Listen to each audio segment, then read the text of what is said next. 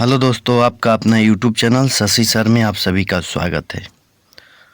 आज हम लोग हिंदी प्रैक्टिस सेट 20 सॉल्व करेंगे, जो बहुत ही महत्वपूर्ण क्वेश्चन है। परीक्षाओं में इस प्रकार के क्वेश्चन पूछे जाते हैं, तो आप लोग ध्यान से देखिएगा। देखिए आज का पहला क्वेश्चन है, अंतिम का विलोम शब्द है। अंतिम का विलोम शब्द क्या होगा?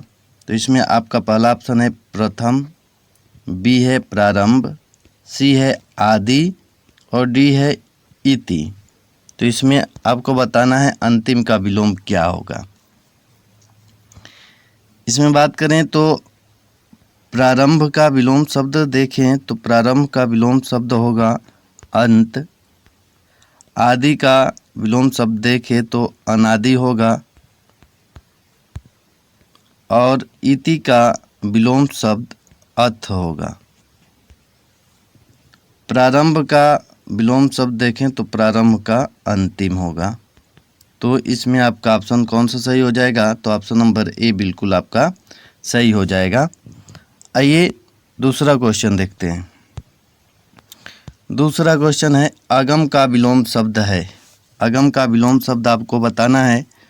तो पहला ऑप्शन है इसमें सरल, बी है सुगम और सी है दुर्बल और डी है दुर्लभ।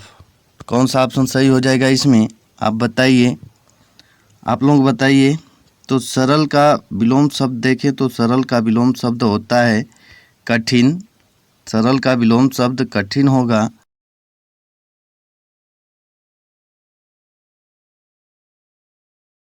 और दुर्बल का सबल होगा और दुर्लभ का सुलभ होगा।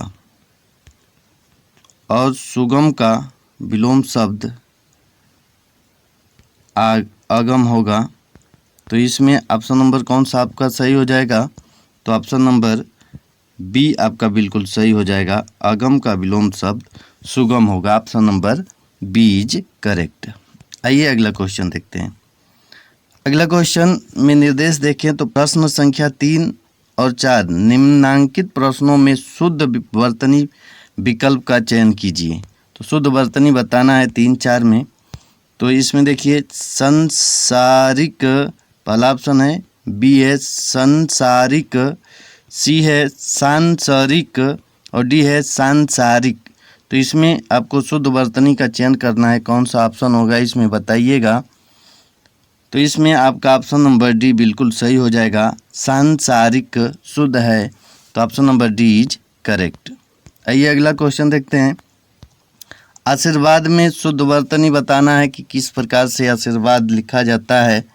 तो इसमें पहला ऑप्शन आशीर्वाद, बी है आशीर्वाद और सी है आशीर्वाद और डी है आशीर्वाद। तो कौन सा ऑप्शन सही होगा इसमें? तो इसमें आपका ऑप्शन नंबर सी बिल्कुल सही हो जाएगा। आशीर्वाद, option number C is correct. आइए अगला क्वेश्चन देखते हैं। निर्देश देखें तो निर्देश प्रश्न संख्या 5-6 निम्नलिखित वाक्यांशों के लिए सही शब्द का चयन कीजिए। सही शब्द का चयन करना है इसमें 5-6 क्वेश्चन में। वाक्यांश के लिए एक शब्द बताना है। तो इसमें क्वेश्चन है 5वां, जिसकी प्रताड़ना की गई हो, उसके लिए एक शब्द में क्या कहेंगे? तो पहला ऑप्शन है अर्वाचीन, सी है समसामयिक और बी है प्रताड़ित और डी है तत्कालीन। तो कौन सा ऑप्शन सही हो जाएगा इसमें? आप बताइए। तो इसमें आपका बी ऑप्शन बिल्कुल सही हो जाएगा। प्रताड़ित बोला जाता है एक शब्द में। तो option number B is correct. आइए अगला क्वेश्चन देखते हैं। अगला क्वेश्चन देखिए, जिसका जन्म निम्न वर्ग में हुआ हो। पहला ऑप्शन है अनुसूचित जाति कहा जाता है, सी है हरिजन कहा जाता है, बी है अछूत कहा जाता है और डी है अनंत्य कहा जाता है। तो क्या कहा जाता है इसमें बताइए, कौन सा ऑप्शन सही हो जाएगा? तो इसमें आपका ऑप्शन नंबर डी बिल्कुल सही हो जाएगा। अंत्यज कहा जाता है। अंत्यज क्या कहा जाता है? अंत्यज कहा जाता है। तो ऑप्शन नंबर डी आपका बिल्कुल सही हो जाएगा। आइए अगला क्वेश्चन देखते हैं। निर्देश प्रश्न संख्या 7 से 8। निम्नलिखित प्रश्नों में एक शब्द के 4 विकल्प दिए गए हैं। इनमें एक ही विकल्प तत्सम शब्द वाला है। आपको तत्सम शब्द का चयन करना है। तो आपको बताना है, 4 विकल्प दिया रहेगा, उसमें तत्सम शब्द कौन सा है ये बताना है। तो आइए देखते हैं। 7वां सवाल में बताइए इसमें तत्सम शब्द कौन सा है। तो इसमें आपका ऑप्शन नंबर सी बिल्कुल सही हो जाएगा। अग्निष्ठिका, अग्निष्ठिका ऑप्शन नंबर सी तत्सम शब्द है। तो आपका ऑप्शन नंबर सी बिल्कुल सही हो जाएगा। आंवला में देखें तो आंवला में तत्सम शब्द क्या होगा। तो तत्सम शब्द इसमें आपका सी ऑप्शन बिल्कुल सही हो जाएगा। आमलक होता है आंवला का तत्सम रूप। तो आइए अगला क्वेश्चन देखते हैं। दोहा छंद में चरणों की संख्या होती है। पहला ऑप्शन है 2, बी है 3, सी है 4 और डी है 5। तो कौन सा ऑप्शन सही हो जाएगा। तो दोहा छंद में चरणों की संख्या कितनी होती है। तो दोहा चरणों में चरणों की संख्या 4 होती है। तो आपका ऑप्शन नंबर सी बिल्कुल सही हो जाएगा। सी आपका ऑप्शन बिल्कुल सही हो जाएगा। आइए अगला क्वेश्चन देखते हैं। अग्नि शब्द का पर्यायवाची शब्द नहीं है। नहीं है शब्द बताना है। तो पहला ऑप्शन दिया है अनल, बी है पावक, सी है दाहन और डी है हुतासन। तो कौन सा ऑप्शन सही हो जाएगा इसमें। तो इसमें आपका ऑप्शन नंबर सी बिल्कुल सही हो जाएगा, क्योंकि दाहन अग्नि का पर्यायवाची शब्द नहीं है। दहन होता है अग्नि का पर्यायवाची शब्द। तो इसमें ऑप्शन नंबर सी आपका बिल्कुल सही हो जाएगा। अनल मतलब होता है अग्नि, पावक मतलब अग्नि होता है, हुतासन मतलब अग्नि होता है। तो इसमें आपका दाहन ऑप्शन गलत है, यानी ऑप्शन नंबर आपका सी बिल्कुल सही है। आइए अगला क्वेश्चन देखते हैं। तो अमृत शब्द का पर्यायवाची शब्द नहीं है। पहला ऑप्शन है ए पीयूष, बी सुधा, सी सोम और डी हो जाएगा जल। तो कौन सा ऑप्शन इसमें सही हो जाएगा। तो अमृत का पर्यायवाची शब्द नहीं है। तो ऑप्शन नंबर डी आपका बिल्कुल सही हो जाएगा। जल अमृत का पर्यायवाची शब्द नहीं है। आइए अगला क्वेश्चन देखते हैं। उत्पाद में उपसर्ग है। उत्पाद में कौन सा उपसर्ग है। तो पहला ऑप्शन है आत, बी है उद, सी है उत और डी है अ। तो इसमें आपको बताना है कि उपसर्ग उत्पाद में कौन सा उपसर्ग है। तो ये आपको बताना है। तो इसमें आपका ऑप्शन नंबर सी बिल्कुल सही हो जाएगा। उत्पाद में उत उपसर्ग का प्रयोग किया गया है। तो इसमें आपका ऑप्शन नंबर सी बिल्कुल सही हो जाएगा। उत्पाद में उत उपसर्ग का प्रयोग किया गया है, यानी ऑप्शन नंबर आपका सी बिल्कुल सही हो जाएगा। आइए अगला क्वेश्चन देखते हैं। अगला क्वेश्चन है वर्धमान में प्रत्यय है। प्रत्यय बताना है वर्धमान में। तो पहला ऑप्शन है ए न, बी है अ और सी है आन और डी है मान। तो प्रत्यय क्या होता है। प्रत्यय शब्दों के अंत में लगे होते हैं प्रत्यय। तो प्रत्यय इसमें क्या हो जाएगा वर्धमान में। तो ऑप्शन नंबर आपका डी बिल्कुल सही हो जाएगा। वर्धमान में मान प्रत्यय का प्रयोग किया गया है, मान। तो option number D is correct. आइए अगला क्वेश्चन देखते हैं।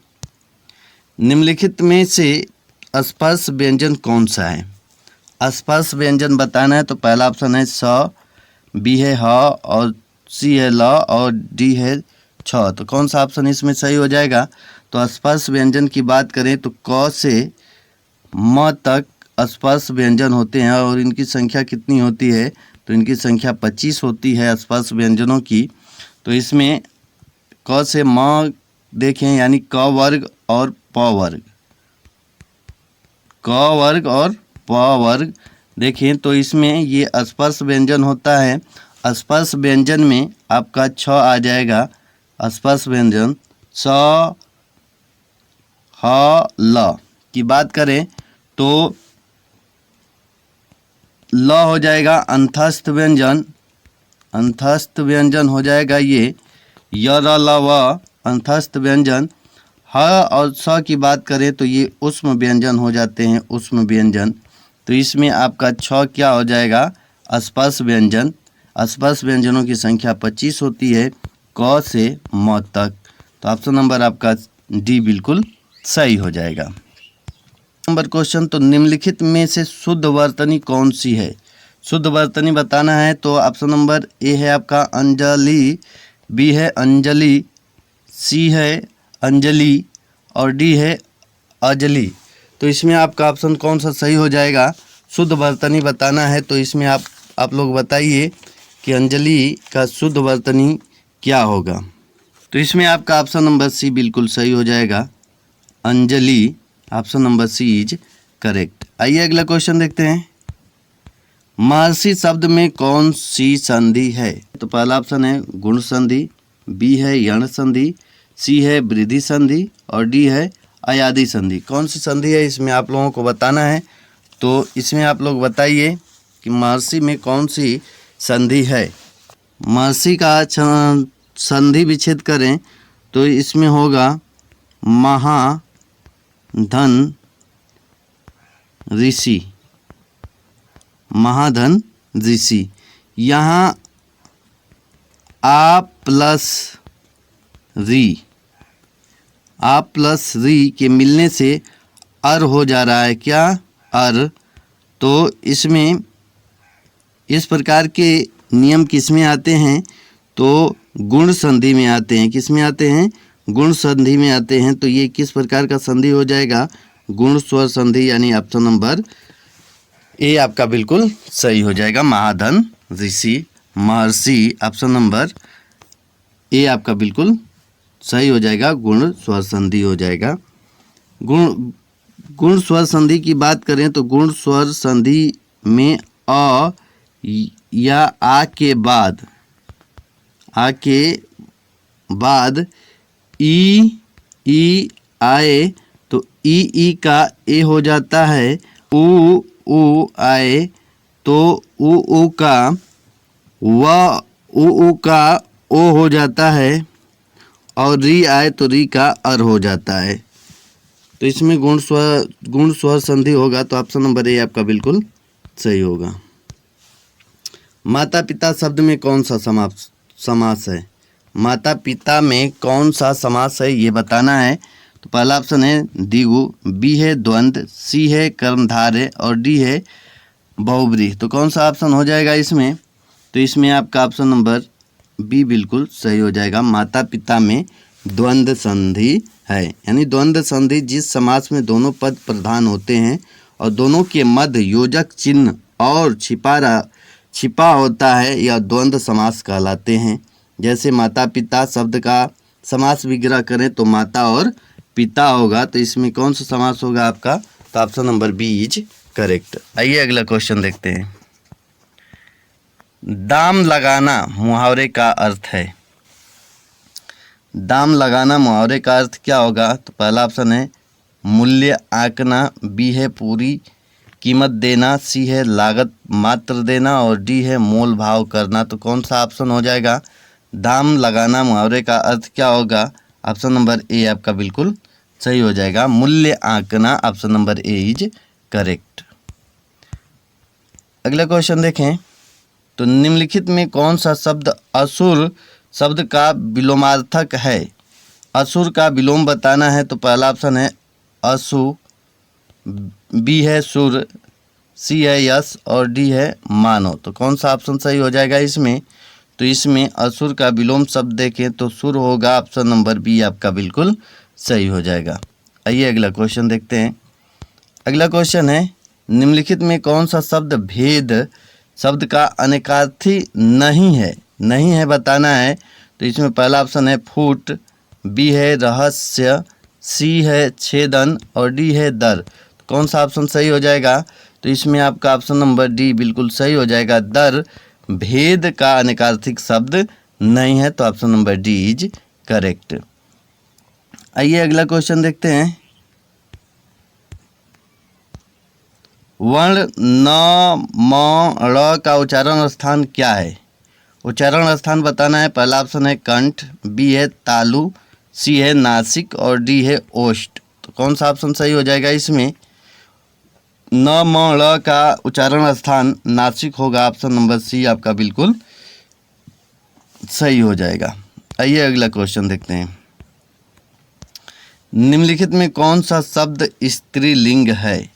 इसमें स्त्रीलिंग बताना है आप लोगों को, तो इसमें बताइए स्त्रीलिंग कौन सा है। पहला ऑप्शन है पंख, बी है पंछी, सी है पंक्ति और डी है पक्षी। तो इसमें स्त्रीलिंग कौन सा है इसमें आपको बताना है। तो इसमें आपका ऑप्शन नंबर सी बिल्कुल सही हो जाएगा, पंक्ति स्त्रीलिंग है। Option number C is correct. सिंह के बच्चे को क्या कहते हैं? सिंह के बच्चे को क्या कहते हैं? पहला ऑप्शन है राशि, बी है गुच्छा, सी है सिंह शावक और डी है अंबार। तो कौन सा ऑप्शन सही हो जाएगा? तो सिंह के बच्चे को सिंह शावक बोलते हैं या केवल शावक भी हो जाएगा, शावक या शावक बोलते हैं। तो ऑप्शन नंबर आपका सी बिल्कुल सही हो जाएगा। कैंची किस भाषा का शब्द है? पहला ऑप्शन तुर्की, बी है पश्तो, सी है जापानी और डी है अरबी। तो कौन सा ऑप्शन सही हो जाएगा आपका? तो इसमें आपका ऑप्शन नंबर ए बिल्कुल सही हो जाएगा, तुर्की है। आइए अगला क्वेश्चन। उद्गम शब्द में कौन सा उपसर्ग है? तो ऑप्शन नंबर ए है उत, बी है आ, सी है अति और डी है उद। कौन सा ऑप्शन सही हो जाएगा? तो इसमें आपका ऑप्शन नंबर डी बिल्कुल सही हो जाएगा। उद्गम शब्द में उपसर्ग उद लगा है, उद। तो option number D is correct.